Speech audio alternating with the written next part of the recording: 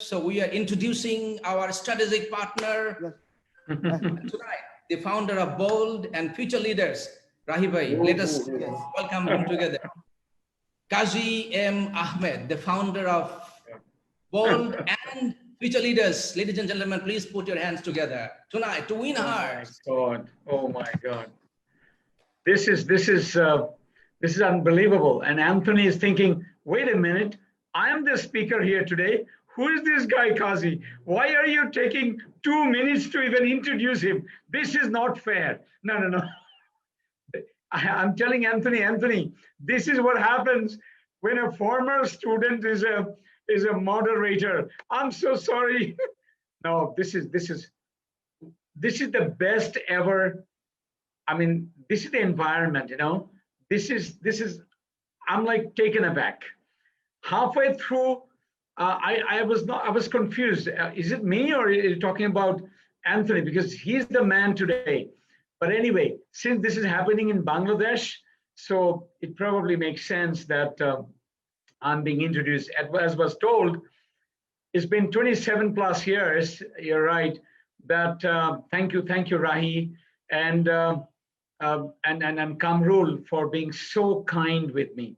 The next person I'm going to introduce, our strategic partner tonight, the founder of Future Icon. Ladies and gentlemen, please help me to welcome Yusuf Ifti. Oh, thank you so much. I am so excited for today's program because only for Anthony Laye, because Anthony is such a brilliant speaker today, and nowadays it's a very time-demanding topic. So at first, I want to give a special gratitude and thanks to CKH Network, especially Kamrul Hassan, for bringing this for Bangladeshi participants. At the same time, I want to give a special thanks Mr. Rahi Khandekar for making this possible. And finally, it's a very, very pleasure for us that today we have our special and keynote speaker, none other than Anthony Laye. One quote I want to share, which is training is such a thing, so it's a building our confidence. And a renowned quote from Robert Kiyosaki, which is confidence comes from training. And today I am a learner for this session. I eagerly waiting for learning from Anthony Laye. For your kind information, and I want to share who Anthony Laye briefly. Later on, my co-host would introduce elaborately. Anthony Laye is a keynote speaker, virtualist, who's an expert in the virtual world of ours, an entertainer and public speaking coach. He has conducted more than 850 speaking events. Hear me, 850, almost 1,000, Anthony. So tonight, another one. You can add 851 for the next. 850 speaking events across the planet, performed on top TV shows, emceed large events. He has conducted hundreds of his unique and highly entertaining mentalist. He can read your mind tonight, what's going on. Absolutely. And he would share it so if you are thinking something else. Get ready. So he is now on a different mission. And what is that? He is on a mission to coach hundreds of public speakers around the world who want to make a massive difference through their powerful speaking ability. I am eager to learn. Let me introduce my co-host of tonight. Please welcome from the land of Aussie, Mr. Rahi Khandekar, the founder of 7W Consulting. Rahi Khandekar. Thank you, Kamrul, for this elaborate. I don't know. I mean, I am not lost for words, but then when you introduce, I think one of the things that when you introduce people, I love the way you introduce. Also, it takes me back all the way my childhood. It's like Royal Rumble wrestling, in the match coming, that kind of like. I think that could be one of your side gig. Like you would be, such a wonderful introducer. Now, thank you, Kamrul. Thank you for introducing me, Anthony, Kaji Bhai, and Ifti Bhai. Anthony told me, because I am a speaker, I like to learn. Every time I try to learn something, it takes me back. Anthony told me to do this. Anthony told me to do this. So every day it's like kind of like echoing in my brain. So that's why I realized, I mean, of course I was mesmerized, but this is when I realized the power of his teaching, because I could see all the top speakers, what they do. Anthony did tell me 4 or 5 years back, this is what you need to do. This is what, and I thought, okay, now, Matt, yes, I need to take this treasure and, you know, expose this treasure to wider community back in Bangladesh. So that's all I want to say. Anthony, please, I would like to welcome to Bangladesh and to this audience. And not only Bangladesh, we have people from India, from Malaysia. So please, I would Put like your to hands together for Anthony Laye. Good evening. Good evening, everyone. How are you doing? Now, I was going to spend a moment introducing myself, but you guys have done an amazing job of introducing me. I think everyone pretty much knows who I am. So we're going to dive straight into the content. I'm not going to waste any time. I'm going to get to the good stuff straight away. So tonight is all about how we can use our ability to communicate so that we can win the hearts and minds of those people. Now, what I'm going to be sharing is obviously targeted at the camera, so speaking through the camera. But these tools I'm going to share with you this evening, everything that I'm going to tell you doesn't just apply to the camera. It also applies to if you're speaking on stage, if you're speaking in front of a small room of people, or even if you're just speaking one-on-one with another person. These things all apply. And so we're going to look at how we can build your confidence. We're going to look at what it takes to become a world-class speaker. And I'm also going to share with you some really simple ideas and concepts, which if you take and you implement them into the way that you communicate, it's going to take your ability to communicate to the next level. It's going to transform you as a speaker. So we'll get to those later on.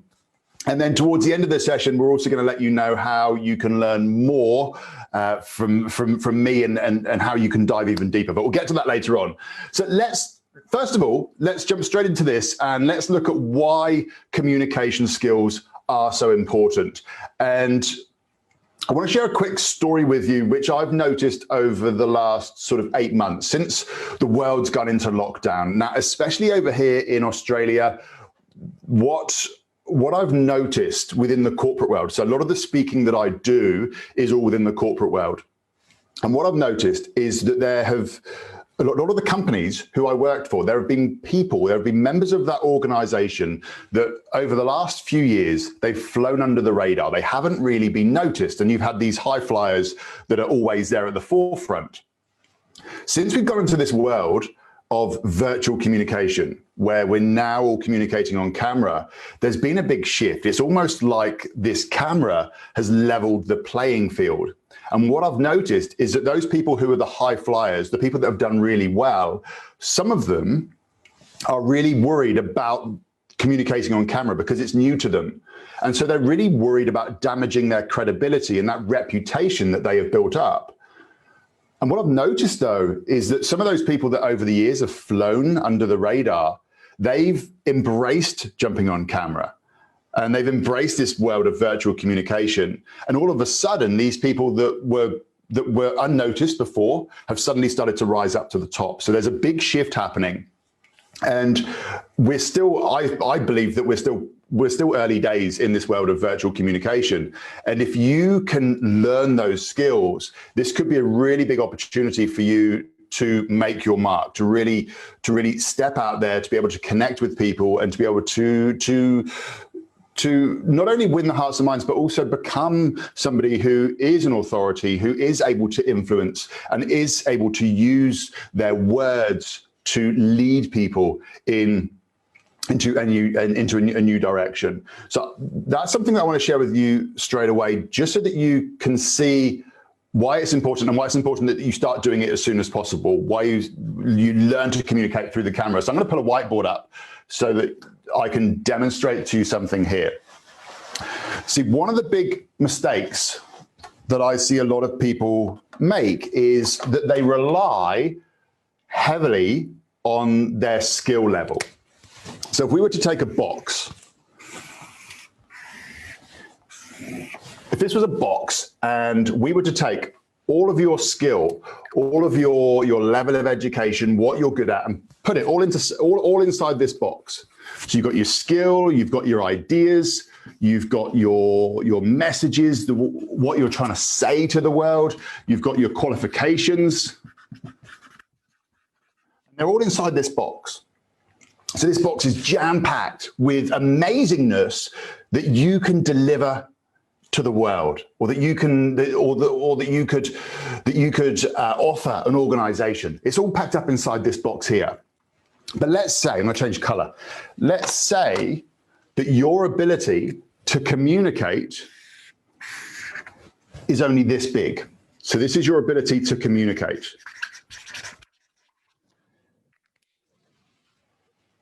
The problem here is you might have this level of skill, but without the ability to communicate it properly, you are missing all of this opportunity.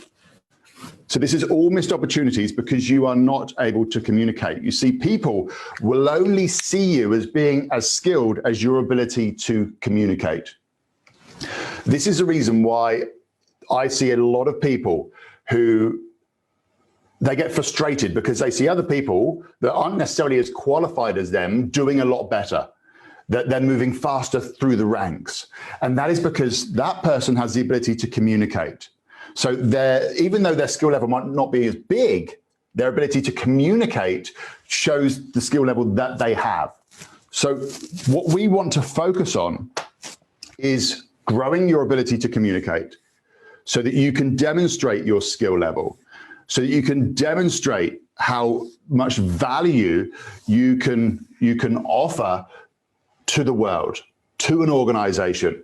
So your ability to communicate will have a direct impact on how skilled people will see you as being. If you're going to rely purely on just your skill, then it's going to be a very long and probably it's probably a lot of hard work for you trying to get people to see your skill and your idea.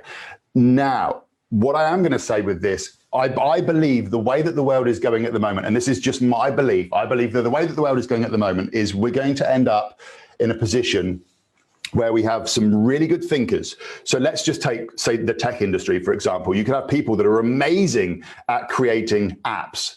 These are people that have these brains that are able to work out really complex things. But these people, if I was to generalize it, these people are not normally that good at communicating. And what's going to end up happening is you're going to have two strings of people. You're going to have your high data people, your people that are really good at creating the ideas. They're going to mix with the communicators. And when these two collaborate, and I saw somebody mention in the comments before,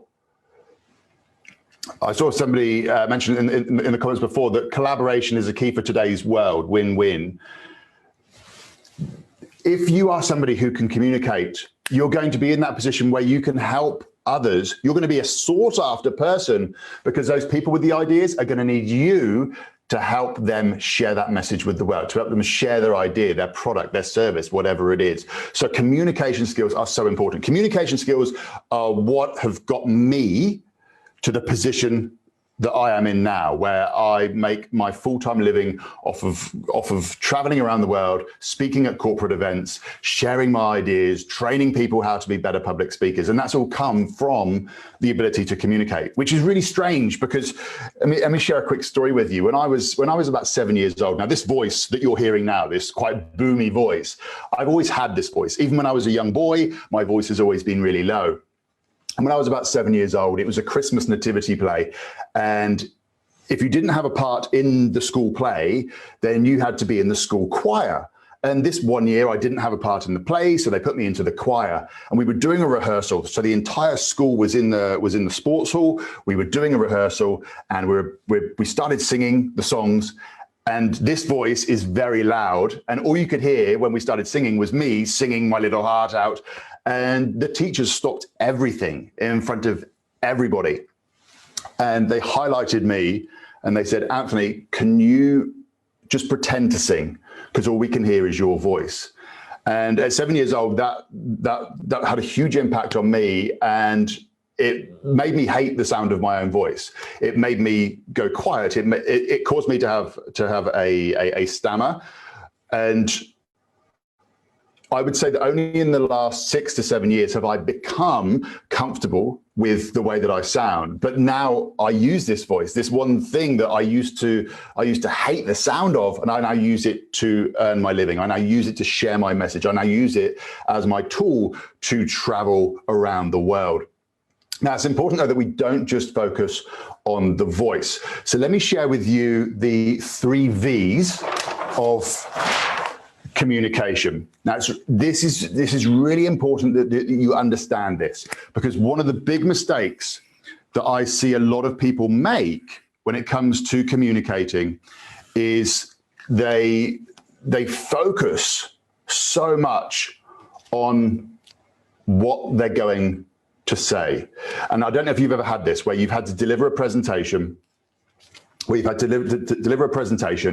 and you spend weeks and weeks rehearsing, trying to work out, like trying to memorize those words so that you've got it all clearly in your mind. You see, like so many people do this, and a lot of the people that I coach, they're so focused on what they're going to say that what they miss is the bigger part of this, which is how you are going to say those words. So if we look at the 3 V's of communication, you've got the verbal, you've got the vocal, and then you've got the visual. Now, the reason why it's drawn like this is for a very particular reason. There was a study done by the UCLA, and they found that when we're talking about communication, the words that we say can sometimes only account for 7% of communication, which means there are 93% of communication tools that you might be missing out on. And I think it was about 38% was the way that you say those words, and then it was 55% was the way that they are visually represented. Now, if we look at this, if you are somebody who focuses on just what you are going to say, just those words, and you memorize those words over and over and over again, and never put any focus into how you are going to say those words or visually how you're going to say those words, then your viewer might end up tuning out. That person that you are trying to communicate with might tune out. And what I want you, so the tools I'm going to share with you tonight, just as you're watching me, watch that I use them. The stuff that I'm going to share with you, it isn't pie in the sky ideas. These are the tools that I use as a speaker on stage. So the words that I'm going to say, I have a structure that I use to create my content, so I know what I'm going to say. I'm not one to script. Most of what I say is done on a framework. I am more interested in the vocal and the visual, the way that I am using my voice and the visual that I'm giving you, which you'll see I use a few different ways of being visual. A lot of it comes from the body language. And so on camera, you want to be using your body language. There was a video I was going to try and pull it down from YouTube and then put it up here for you to see. But unfortunately, I couldn't get it to download from YouTube. But the guy who was on YouTube was very static, and his voice was exactly the same the whole way through. And it was probably one of the worst videos that I have ever seen. But there are so many people out there that are presenting in that way, and they're not really tapping into the vocal and the visual side of things. So we'll get a little bit more into these later on. But it's really important right now that you understand that you don't want to be focusing just on the words that you are going to say. You must, and this is essential, you must be thinking about how you're going to say those words and visually how that is going to look. Really, really, really important. Now, another thing that I want to just bring into your awareness here is that whenever you are communicating, you are always influencing. Now, there are a lot of people that say to me, I'm just not influential. every single person is influential. My question is, are you influencing in a positive way, or are you influencing in a negative way? Every time you open your mouth, every time that you are communicating with your body, the words that you are saying, what you are doing is you are making people think differently, which is then going to make them feel differently, which is then going to make them take some kind of action. When we're communicating the action that we want to take, there could be many different outcomes, but we want them ultimately to move in a positive direction or move closer towards us so that they find out more. So if the way that you are presenting yourself is somebody who's just low energy, it doesn't really sound like you're that interested in talking to somebody, what that's going to do is that's going to push the person away. So you're going to be influencing in a negative way. So you really need to think about how you are showing up whenever you are communicating. I mean, Kazi Yusuf and when they came on today, what you'll notice is that they came on with lots of energy. They came on in a very deliberate way because these guys, they've been speaking on stage for a long time. They understand that they need to bring their best self forward because they need to be influencing. They need to be affecting the way that you think, the way that you feel, so that you take some sort of action. That action is to pay attention. It's to lean closer. It's to move in and want to hear more. So just be mindful that every time that you are communicating, you are influencing. So what is it that makes a good speaker? Now I'm going to break this down very, very detailed for you. But if we were to just summarize it, to just make it really simple, a good speaker, they look like they know what they're talking about. They sound like they know what they're talking about.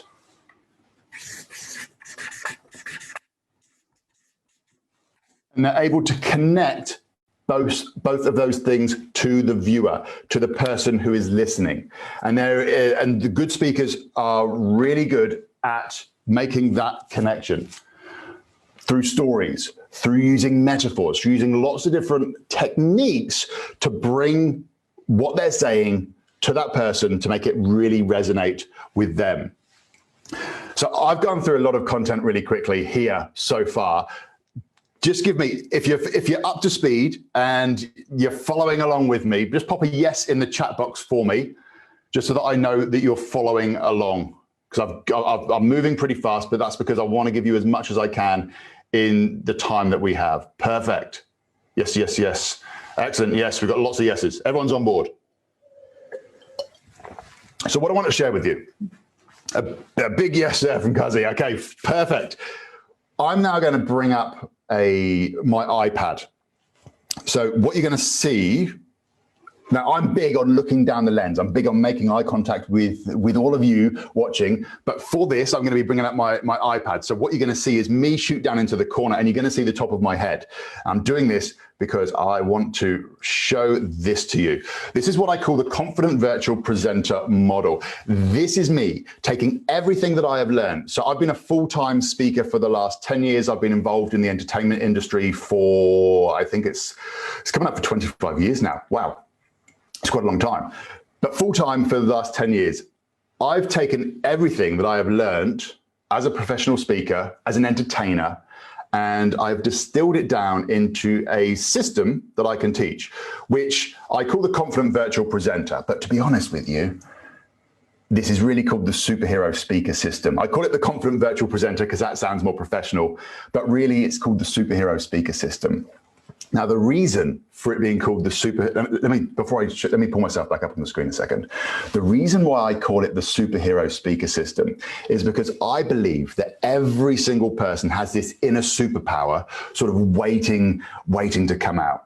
If you had asked me back when I was 18, if I would stand on stage in front of 1,000 people, you would have got a very quick answer of no. I mean, back when I was 18, even just having a conversation one-on-one, I used to find it really awkward. I was a socially anxious person.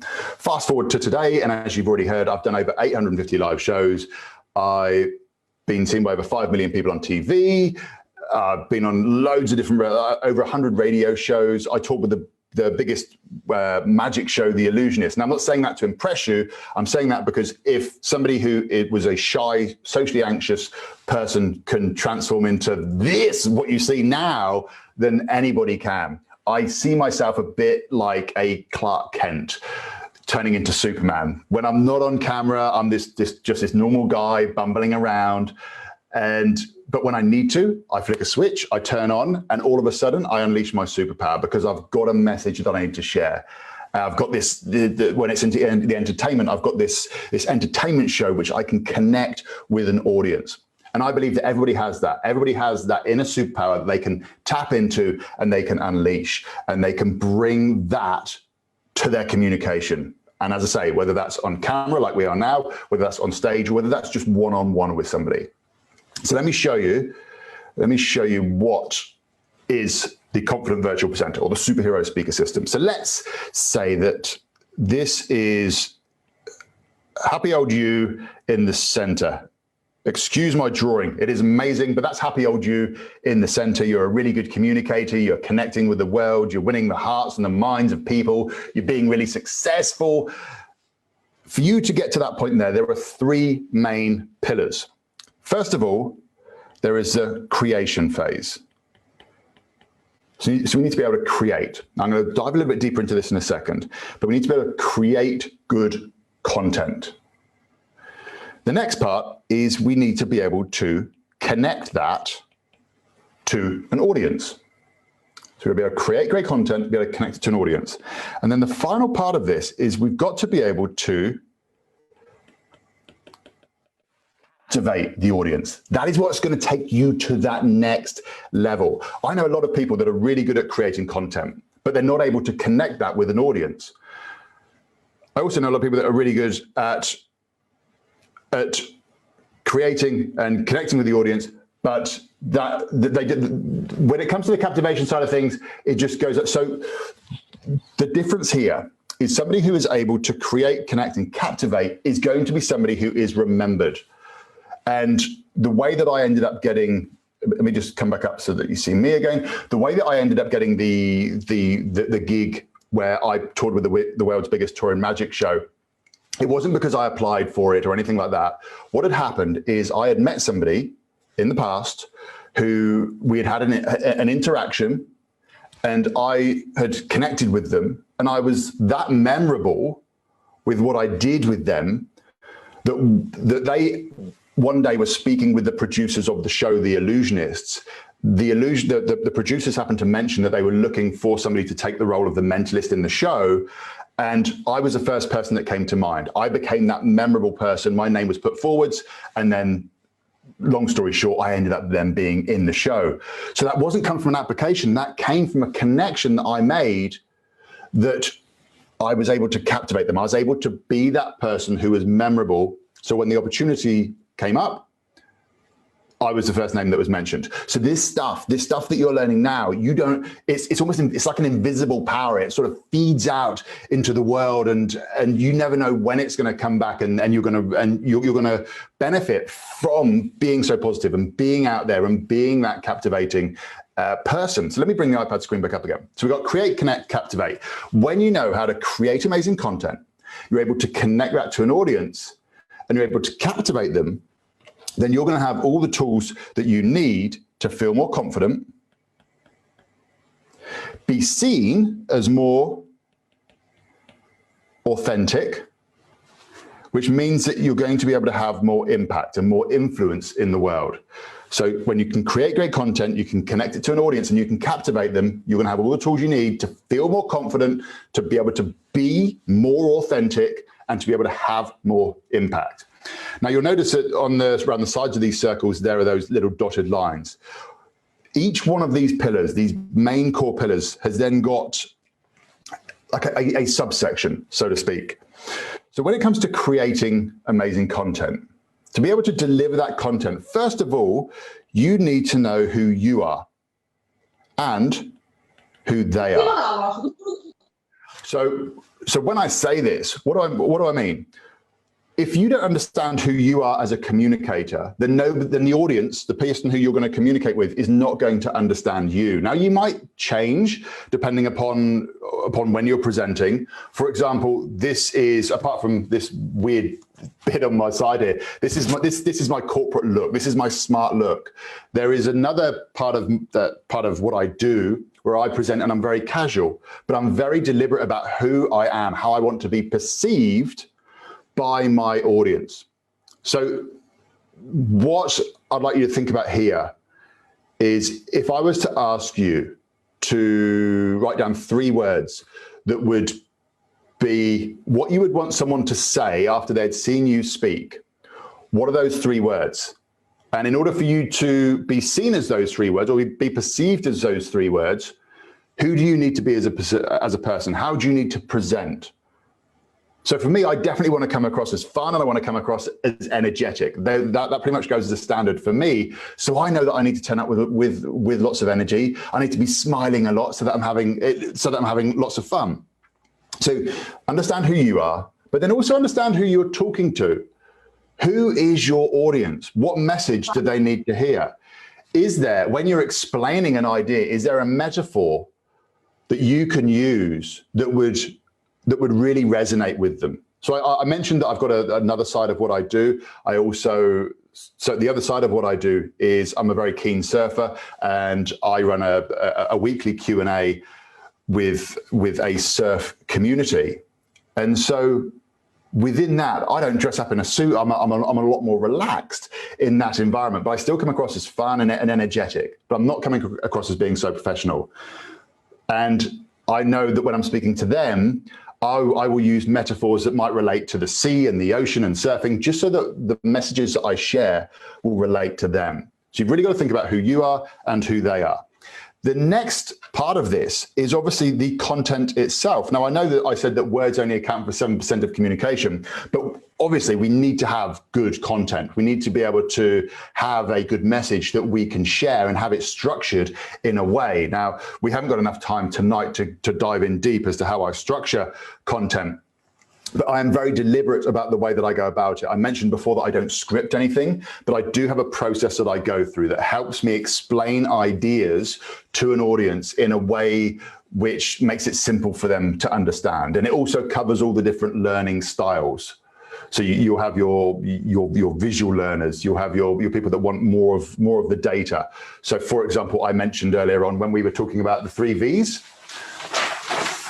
the one back here. When I was talking about the 3 V's, I mentioned the UCLA. So I brought some data and some stats into it. Some people want that kind of thing. Other people are visual. They want this drawing instead. So as I say, I have a process that I go through that allows me to connect to most of the people that I'm going to be speaking to. And the final part of the creation phase, and this is in the creation phase, but it runs throughout, is confidence. We need to be able to build that confidence. So when it comes to creation, understand who you are and who your audience is. Then think about your content. Is your content structured in a way that is easy for people to understand? Does it have a nice flow to it? Is it presented in a way where people don't get lost? And then when it comes to confidence, are you building your confidence muscle around communicating? Or are you hiding in the corner? Are you getting on camera? Or are you standing on stage? Or are you having those conversations that you need to have? Because the only way that you're going to build your confidence is to start getting active and to start working on that confidence muscle. So that is the creation phase. Now, I'm just interested. Let's go into the chat box here. Now, I'm not going to ask you to say 3 words, but if I ask you to just say 1 word as to how you would like to be perceived as a communicator, as a speaker. So let's say that you were to go on a Zoom meeting like we are tonight, and you were the presenter. what is one thing that you would like the audience to say about you once you've finished your presentation? Type it into the chat box for me. What is one word that would be the ideal way that somebody would describe you? Lively, nice, energetic, perfect. I love this. Lively, energetic. You've got 2 so far. Energetic, enthusiastic, serving, helpful. Love it. That's Rahi. Energetic. Okay, so there's lots of energetic ones there, which we're going to get into that a little bit later on. So I'm not going to dive in there. Positive, yes, amazing. Influencer, I love it. Tremendous. What an amazing word. Tremendous. Effective, inspiring. Yeah, absolutely. There's dynamic. This is brilliant. Mind-blowing, informative. Yeah, absolutely. All of these are great words. Charismatic. Yes, we'll get into charisma as well later on. Attractive, enthusiastic, engaging, awesome. Yeah. Excellent. So that is the creation pillar. We're going to get into confidence in a little while. And I'm going to show you how you can build your confidence and whereabouts some people make a mistake when it comes to building their confidence. When it comes to the connection phase, now, depending upon what, this is whereabouts it changes slightly, whether you're speaking on stage, speaking one-on-one, or speaking on camera. Because we're dealing with camera tonight, this first part of the connection phase is slightly different. But we've got to look at the setup, and that is the gear that we are using. So the camera that I'm speaking to you on, the audio that we're using, all of the technology, we've got to have that set up before we're able to connect. So that is really important. If we were talking about being public speaking now, that setup would be, what are you doing before you walk out on stage? It is so important. Before I came on this webinar tonight, there's a process that I go through to make sure that I'm ready, so that when I come on camera, I'm ready to go. So if you're talking about camera, it's the setup, making sure that all your gear's right. If it's going on stage, there's a process that you need to go through before you walk out on stage. You can't just it's so important that you don't just try and wing it and jump straight on. So that is the first part. The next part is engage. And what I mean here, I'm talking about first impressions. Those first few moments, those first few words that you say, those first few bits of energy that you transfer to somebody through the camera. How are you going about that? Because if you don't capture somebody's attention in the first few moments, then what's going to happen is they're going to tune out, especially in this virtual space. You are just one little red X or little cross up in the corner of the screen from being turned off. So it's really important that you engage somebody so that they don't start looking at other tabs, so that they don't start grabbing their phone and scrolling through Facebook. You want to capture their attention. So that is the engage part of this. And then I'm going to write this not upside down. I'm going to do it this way. And then the other part of connecting is telling stories, using stories to connect with your audience. Now, when I say stories, I'm talking stories for business, stories that have an intention of connecting what you're saying with the viewer. I've told you a couple of stories already within this webinar, one of them being about when I was 7 and I was singled out for having a really loud voice and told to pretend to sing. That was a story, but it was a story that I used to share about my voice and about the fact that I used to have a stutter, so that it could become relatable. But it was also a quick story. I didn't spend too long on that story. So you've got to be a good storyteller as well to create that connection. And then we come to the exciting bit, the captivate section. And as I say, if you can get this right, if you can get this captivate right, this is what is going to set you apart from everybody else. Because as I said before, there are people that are out there with really good content and they're able to hold an audience, but you want to be able to do that and then be memorable. And the way that you're going to do that is with this captivation pillar. This is where the gold lies. Rahi mentioned earlier on about digging for gold. This is where the gold lies. So when it comes to captivate, the first part that we need to be thinking about is, and I love the fact that you all typed in energetic into the box there, but it is, I almost made a spelling mistake, but it's energy. What energy are you bringing to your presentation?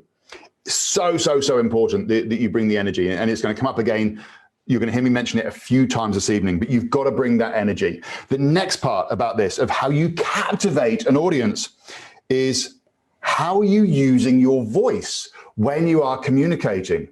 We need to use this instrument to reach down through the camera and grab people and pull them in. And then the final part of this is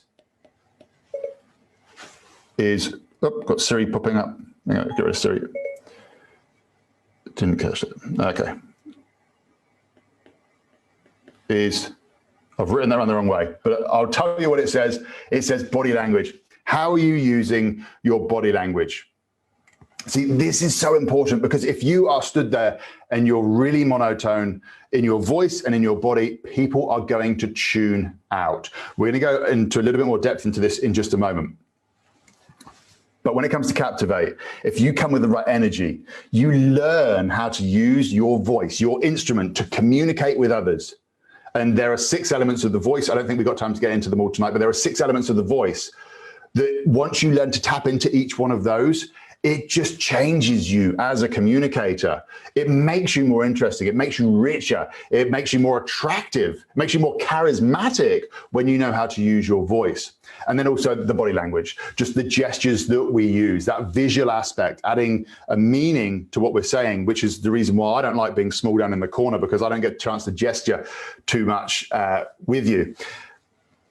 So when you know how to create amazing content, you're able to connect it to the audience, you're able to captivate them using all of those things that I've said, that it's going to put you in a great position. Without all of these things, what's going to end up happening is you're going to find that you miss opportunities. You're going to feel like an imposter when you get asked to stand up and speak, because you're going to be like, well, my communication skills aren't up to scratch. So you're going to feel like you shouldn't be there on that stage. You shouldn't be there sharing that message. So you're going to feel like an imposter. You're going to miss opportunities, which is just going to leave you ultimately feeling really frustrated. And like I mentioned earlier on, you're going to see other people start to move forward faster than you. They're going to be able to share their message quicker. They're going to do better in climbing the ladder of success, if you want to call it that, because they're able to communicate. And you're just going to get really frustrated watching all of these people around you do that. So that is the confident virtual presenter model. That if you can nail all of that, then it's going to put you in a really good position to be an amazing speaker, whether that's on camera, whether that's on stage, whether that's one-on-one. Let me drop this back down again so I'm back up on the screen. Was that clear to everybody, and was that helpful? Just type a yes in the comments box if you found that helpful, the way that I've managed to break down what some people see as a complex subject into something now that is just 3 main pillars. So we've got yes from Rahi, yes, yes, big yes, excellent. Very clear, perfect. Now, interestingly, with what I just shared with you, drawing those circles, that was a very visual way of me sharing a message with you. And it makes, so I used a bit of story while I was in there. And I've used that visual thing of physically drawing it out for you, included a little bit of data and stuff in there. So I've covered most of the learning styles through going through that process. So what I want to dive into now is, first of all, how to build your confidence, because confidence is a big part of this. Let me think about how I'm going to, okay. I'm going to jump forwards to go backwards. This is what we're going to do. It's going to be exciting. I'm now going to share with you what are the 3 secrets to world-class speakers. Okay, I'm going to share with you the 3 secrets of world-class speakers. These are the 3 things that if you take these 3 things and you start to apply them to every time that you communicate, it's going to take you to the next level. Now, as I explain these 3 things to you, we're also going to dive in and I'm going to give you a little bit of teaching around them as well, which will cover the sort of how to be confident, because that's a big part of this, a big part of this. So let me jump in and let me show these to you. Now, the way that this came about, I was doing an event one morning. I was the opening keynote speaker at a big conference. There was about 700 people, I think it was. And I'd opened up the day when I do my keynote, I introduce some of the entertainment side of things as well. So it's all really exciting. And I was packing up my stuff after I'd done my little presentation. And there was a speaker. Now, this gentleman, he was an industry speaker. So he was an internal speaker within the organization. So he wasn't a professional speaker. He didn't get up on stage that much, probably maybe 2 or 3 times a year, and probably not to very big audiences each time. So this is somebody who isn't a skilled speaker. And he said to me, look, I'm speaking later on this morning. Could you give me any tips on how to be a better speaker? Now, I probably had about 10 minutes with this guy, and obviously I can't teach somebody how to be a perfect public speaker in 10 minutes, but I gave him some advice. But it did get me thinking, and it got me thinking, if I had 10 minutes to explain to somebody how to be a better public speaker, what would I share with them? And so it got me thinking, and I looked at the way that I present and the way that I manage to engage an audience. But then I also looked at all of the other speakers. Now, I MC at a lot of conferences, so I get to see a lot of different speakers taking the stage. And the benefit for me there is I get to analyze them. I get to look at them and see what they're doing, and I get to see what works, because I get to look at them and the audience at the same time to find out what is really engaging and what really draws an audience in. And there are 3 things that I have noticed with every single speaker who is what I would class as one of the top world-class speakers. Every single one of them have these 3 things. These 3 things I'm going to share with you right now.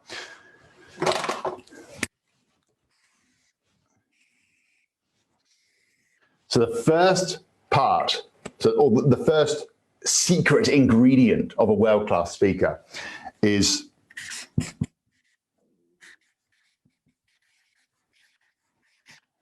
they have energy, and energy came up so much in the chat box earlier on. Now I'm gonna add a couple of other words here. I use the word energy because, as I've already mentioned, I like to be somebody who's energetic. I'm quite fun and lively when I'm on camera, when I'm on stage. I'm exactly the same. Energy. There's another way of saying this, and that is enthusiasm, passion. So choose whichever word feels right for you there. Now, the reason why I say that is, Rahi mentioned earlier on about the whole energy drinks and sugar and that kind of thing, and having lots of energy. When I say the word energy, a lot of people think that that's what I mean, that you've got to jump on stage and look like you've just had a huge intake of sugar. That is not the case. For me, energy, yes, that is being very lively on stage. But let's take somebody like Simon Sinek, for example. He isn't necessarily so lively and bouncy on stage, but he has got a lot of passion and a lot of enthusiasm for what he is saying. So don't think that when I say energy, it means that you've got to jump on and be leaping about all over the place. If you were to bring a lot of passion about your topic, or if you were to bring it like real enthusiasm, like this is really exciting, like you need to listen to this. It engages the audience. It captivates that audience. So my question to you here is, the last time that you had to present on camera or present live, so you were stood on stage or in front of a room of people, did you present with energy or passion or enthusiasm? Or did that little voice inside your head hold you back and make you subdue yourself slightly? Let me, we'll come back to this. This is you when you were younger, like super excited, jumping around all over the place in this circle here, allowing yourself to be all energetic. Think of a kid in the supermarket. They have no problem with singing out loud. They have no problem with shouting out. They're free to express themselves. And as we go through life, we'll go through school and we'll be told to be quiet and this, that, and the other. But what ends up happening is we start to get suppressed and we start to pull ourselves down until we become this person here who thinks that they're happy, but they're only communicating here. What we need to do, and I like to call this stretching the wrapper, is we need to allow ourselves to be more. We need to allow ourselves to express more. And when we get put up in front of a group of people, when we get put on camera, we freeze up, we clam up, and we go down, and we make this smaller. it's so important, and this comes from building confidence, that we allow ourselves to stretch. We allow ourselves to be more. When I very first got into the world of entertainment, I was so worried about doing things wrong. I was so worried about what people thought of me that I really started to shrink as an entertainer. And I don't think that I was when I very first started, I was the most engaging entertainer. One day I just kind of decided, do you know what? It really doesn't matter. I'm just going to go out there and I'm going to be me. And I let myself loose is probably a good way of saying it. And the audience reacted to me completely differently. And I was like, wow, that was amazing. And so over the years, I've started to stretch that wrapper. I've allowed myself to just be me. I've allowed myself to express myself in more positive ways. And especially on the camera, this is so important. This lens that I'm speaking to you through now, it's like an energy vortex. It sucks out a lot of that energy, that enthusiasm, and that passion. So when you're on camera, you need to bring it even more. So it is so important. But you need to start stretching your wrapper. You need to allow yourself to be you. You need to allow yourself to share your passion. Stop restricting yourself down through fear and open up. Stretch that wrapper. So the first part is energy, passion, enthusiasm. The next part is confidence. All great speakers, they look confident when they're on stage. Now, there's a big difference between being confident and so having that confidence of being completely unstoppable and the confidence that most people experience when they're up on stage. Even great speakers will have this feeling inside their tummy before they walk up on stage. They'll have this sort of unnerving feeling. I get it all the time. Even when I'm coming on tonight to do this presentation, there's a feeling inside, but that is an energy that I now use. It used to be fear. Don't get me wrong. It used to be fear and I could identify it as fear, but I've now learned to see it as an energy. So confidence doesn't mean that you feel completely fearless. It means that you still move forwards and you're able to hold yourself in a way that demonstrates confidence even when that feeling is there. And that comes with experience. And we're going to dive into confidence a bit more in just a moment. But confidence, one of the biggest killers of trust is a lack of confidence. And confidence isn't something that is a tangible thing. We can't feel confidence. We can't grab it and hold on to it. Confidence is something that we intuitively kind of pick up on somebody. And we get that through the way that they're using their voice and the way that they're using their body. And we pick up on it, these subconscious messages, we read their body language, we do it automatically, and we'll just get this thing about somebody, just go, I don't think that they're very confident. I'm not going to trust what they're going to say. So we need to work on building our confidence. So let's before I give you the last one, because the last one's it's going to throw a bit of a curveball. We got they don't know as long as you are in.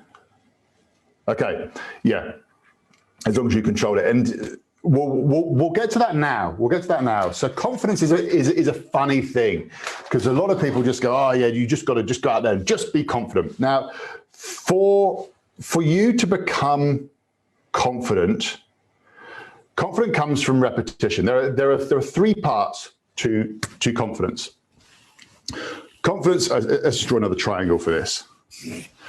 Confidence is active, which means that it is a bit like going to the gym. Okay, it's something that you need to constantly work on.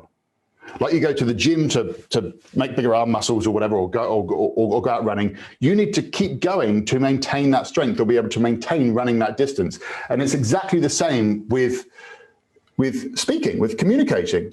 We need to be actively doing it. We need to be, if we want to be good on camera, we need to be going on camera as much as possible so that we stay active. There's a period of time over December and January where the corporate industry is quiet and I don't have very many gigs. And over those 2 months, I won't get on stage very much. When it comes to that first event that I do after those 2 months, I am nervous. More than I normally am, because my muscle has started to weaken because I haven't been on stage as much as I used to be. Right now, going on stage, obviously because of everything that's gone on in the world and COVID and stuff, and not having the stages to speak on. Now, when I do go on stage, because I'm still doing some live events, I kind of feel like I've gone back a bit, because I get that nervous feeling a bit more in my stomach. But the good thing is I know now that it's an energy to drive me forwards rather than hold me back, but it's there. And that's because I'm not working on that muscle all the time. I'm speaking a lot more now virtually. So I'm now really comfortable speaking on camera. So confidence is like a muscle. It is active. You've got to keep working on it. Don't think that you can just jump on camera once a month and you're going to get really good at it. You've got to work at it. It is also a skill. So there are certain things that you're going to need to know in order to make you feel more confident. Some knowledge that you're going to need to that you're going to need to invest your time in learning. So tonight you're here and you're learning some new skills because I'm teaching you some stuff. But let me ask you this: what else could you do to improve your level of skill, to improve your knowledge around speaking, around communicating on camera? What else can you do? Is there podcasts that you can listen to? Is there YouTube videos that you can go and watch? Later on, you're going to hear about how you can learn more from me. Is that another way that you can improve your skill? And then finally, it is also situational. Confidence is situational. And what do I mean by this? There will be some environments where you feel unstoppable doing a certain task, but then I could take you into a completely different environment, get you to do the same task, and you wouldn't feel as confident. Even as much as doing something in front of a group of friends versus doing something in front of a group of strangers. What you were good at in front of your friends, you might feel really nervous doing it in front of a group of strangers. That is what I mean by situational. When I sat in an audience, like I've got no problem standing on stage, no problem at all. I think the biggest audience that I've done live in front of me face to face is 7,000. I've got no problem standing in front of that many people on stage. But if I'm in the audience of, say, a comedy show, and I can see that the comedian walks towards me and I can see that he's about to say something to me, then all of a sudden I tense up in my seat. I feel really nervous because I'm suddenly in a situation that I'm unfamiliar with. It's something that I'm not in control of. So we need to think about whereabouts we need to build our confidence. Whereabouts is that place? And in order to do that, let me draw this out for you quickly. When we're training, because in order to be good, it's probably going to be one of the, like a postcard quote I'm about to say now. In order to be good, you first need to find a place to be bad. Okay, so you can't be good straight away. And you've got to do things and do them badly first of all. So if we look at this, if we take this as your level of skill, you've got unskilled here versus skilled here. And then let's look at environments. There are going to be places where you feel safe, and there are going to be places where you feel unsafe. When training, when trying to build a skill, when trying to get better at something, what I say to people is you want to train here. So this is your training ground, where you are unskilled, but you feel safe. So let me give you an example. When I used to come up with a new magic trick, let's say, when I used to come up with a new magic trick, before I did it in a show, what I would do is I would do it for friends, people that had seen me do stuff before, people that if I did it wrong, it wouldn't matter too much. So I was unskilled because I didn't know the trick or I hadn't performed it enough, but I was in somewhere, but I was in a safe place. So if it did go wrong, it didn't matter too much.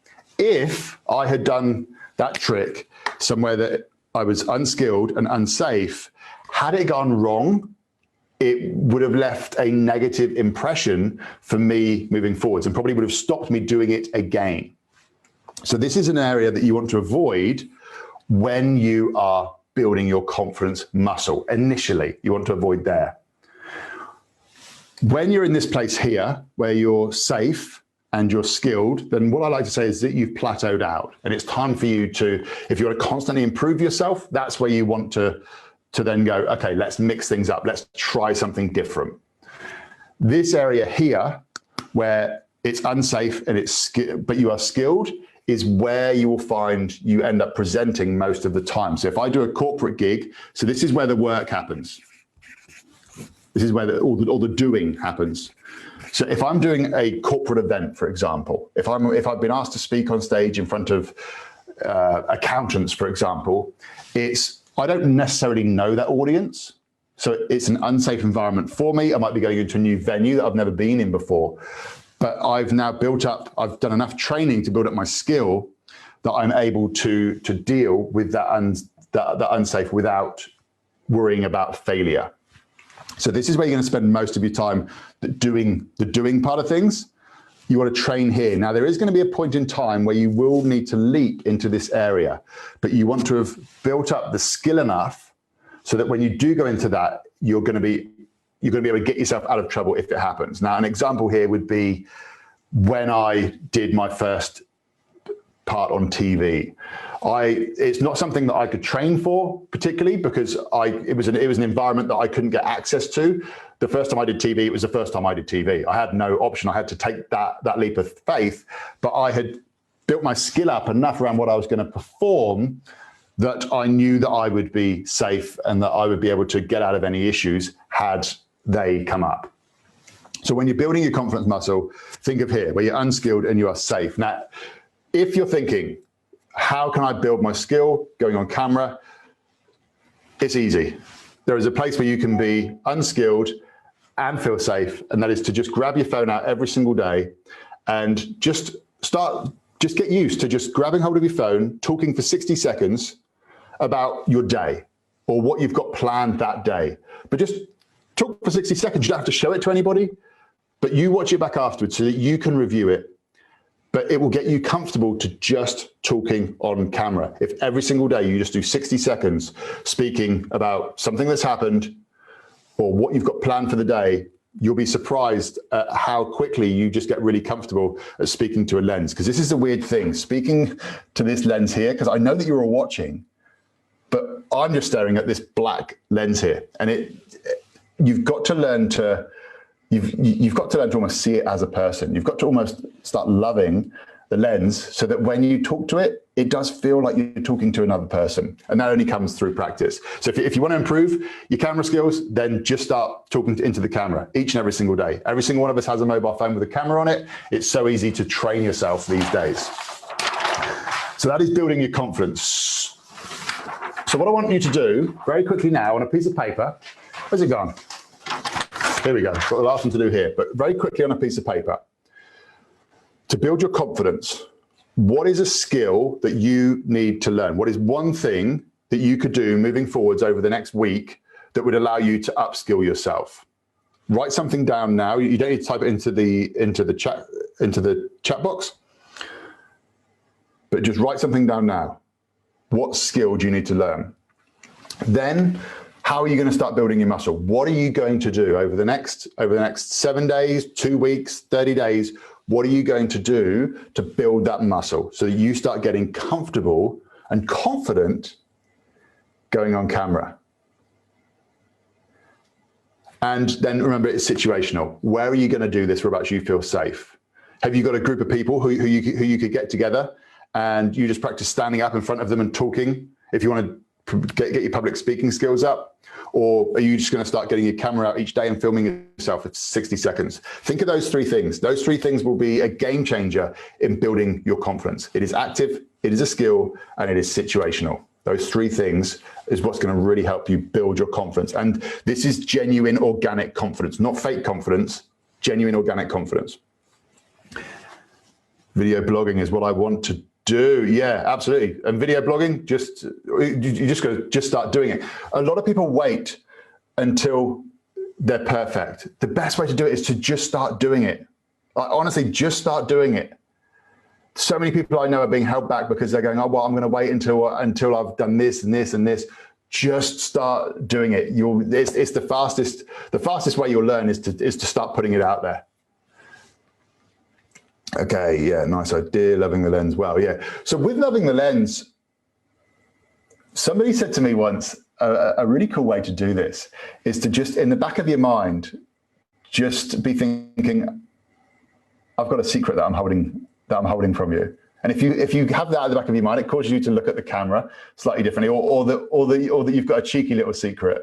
It just makes you look at the camera slightly differently in a way that connects more than if you just don't have anything going on inside your mind. So that's just a little tip that someone gave me. I've used it in the past. I've got comfortable now just looking at the lens. So I don't have that going on because I've just got comfortable with it. But that's come, as I say, from practice. That's come from me doing it over and over and over again. Okay, then the final, okay, so this is the final part. This is the final one here because I've just realized what the time is. I got so excited, I got carried away. The final part here. So we've got, remember, these are the 3 secrets. Confidence, I've now told you how to increase your confidence. The passion, enthusiasm, the energy, that's something that you've got to be very aware of before you start your presentation. You need to set your intention. The last part, and this is gonna throw a bit of a curveball because you're not gonna be expecting me to say this. Every single speaker who I have seen who is world-class uses contrast. You probably go, what? What do you mean contrast? Let me explain to you. What I mean by contrast is that they make it interesting in the way that they use their voice, the way that they use their body. It's not monotone. It's not the same the whole way through. I said back at the beginning, if I was to stand now, I said about the video, the guy that was really boring. If for the last, so I've been speaking now for, I think, over an hour. If I'd spent the last hour talking to you like this without really moving, I actually find it really hard to do, but if I spoke to you for the last hour like this and I told you everything that I've just told you, speaking to you like this, I'm pretty sure that most of you probably would have tuned out by now. I find it really hard to do that. But a monotone voice, a monotone body makes you boring.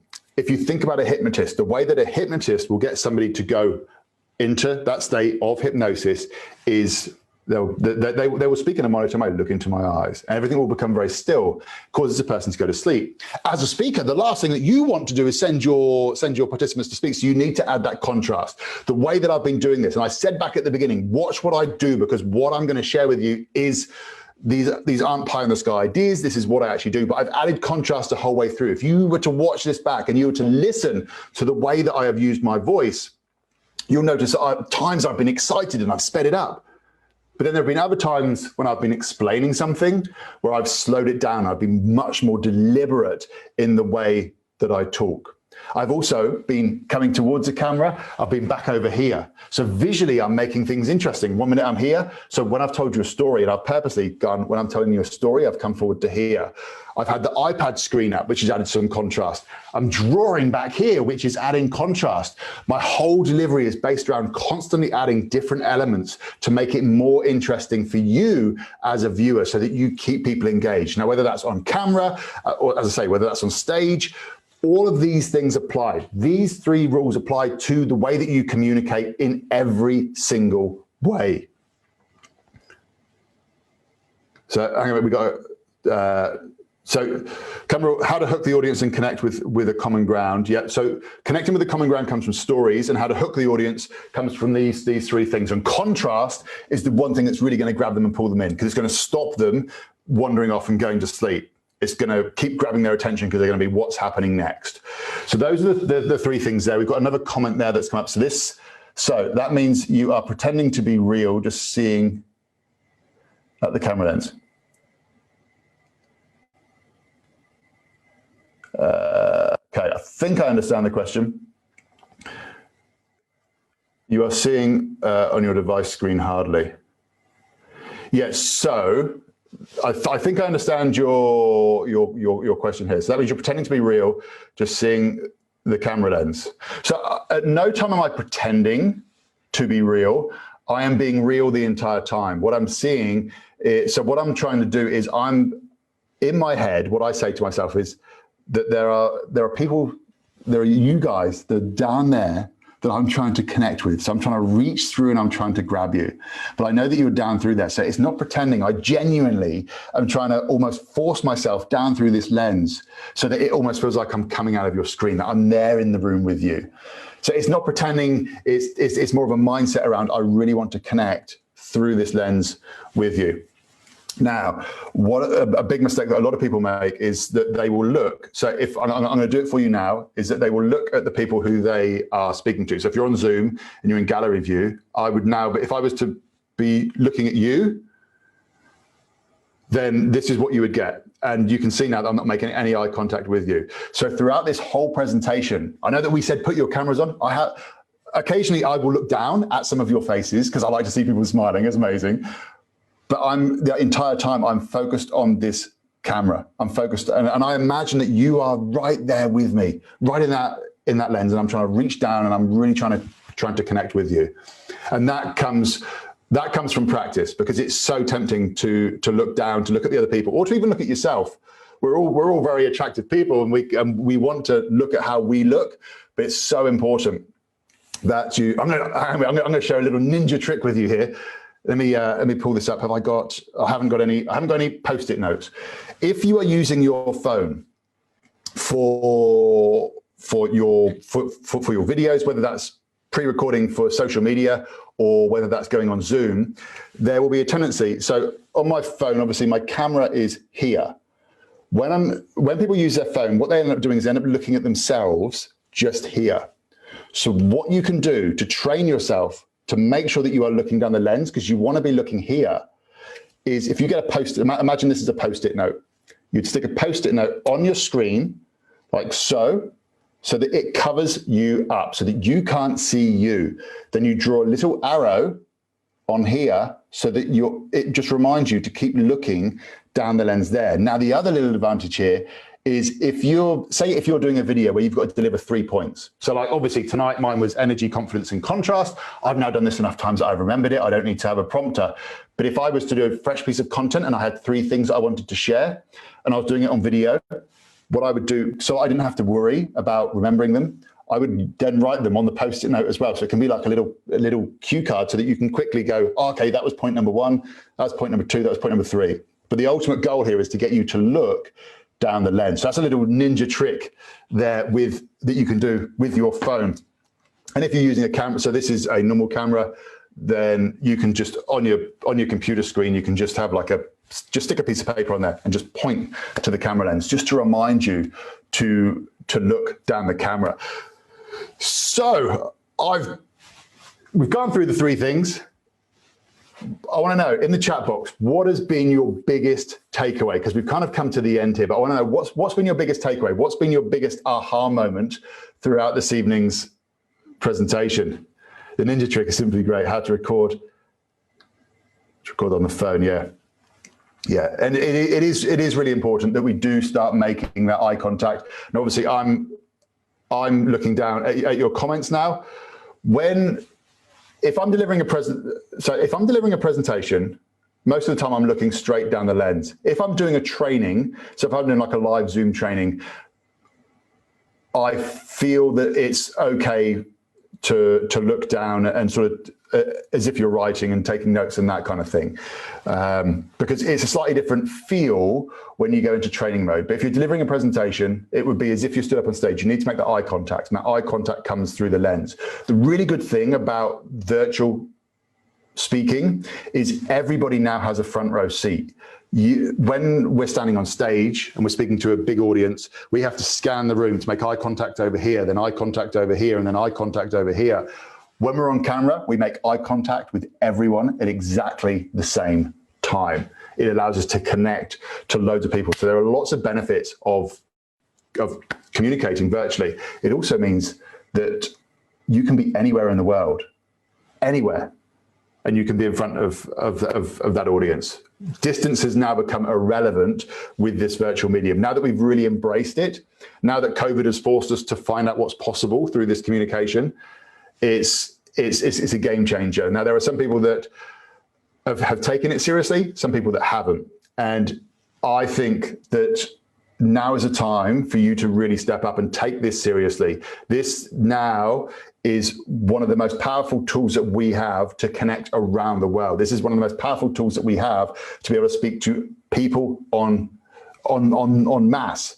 And the good thing is if you don't like standing up in front of a group of people, now you just have to stand up in front of a camera.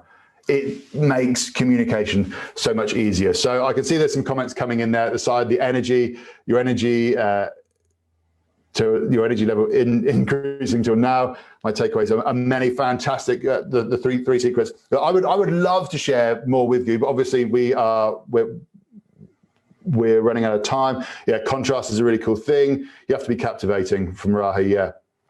You have to be captivating. If you want to be memorable in this world, and remember, there is so much noise out there now. There is so much going on that you need to be memorable. If you're putting out videos on social media and people are scrolling through, you've got to look interesting. As soon as people scrolled past your video, you want to hook them in straight away. And you're going to do that by being big in the frame, by being interesting in the background. You want stuff that's going to stop people's attention. So you need to add that contrast. You need to be captivating from the very first moment. I think we're going to go into some questions in a moment, but I think Rahi's going to jump up and tell you how you can learn some more, because we've only just touched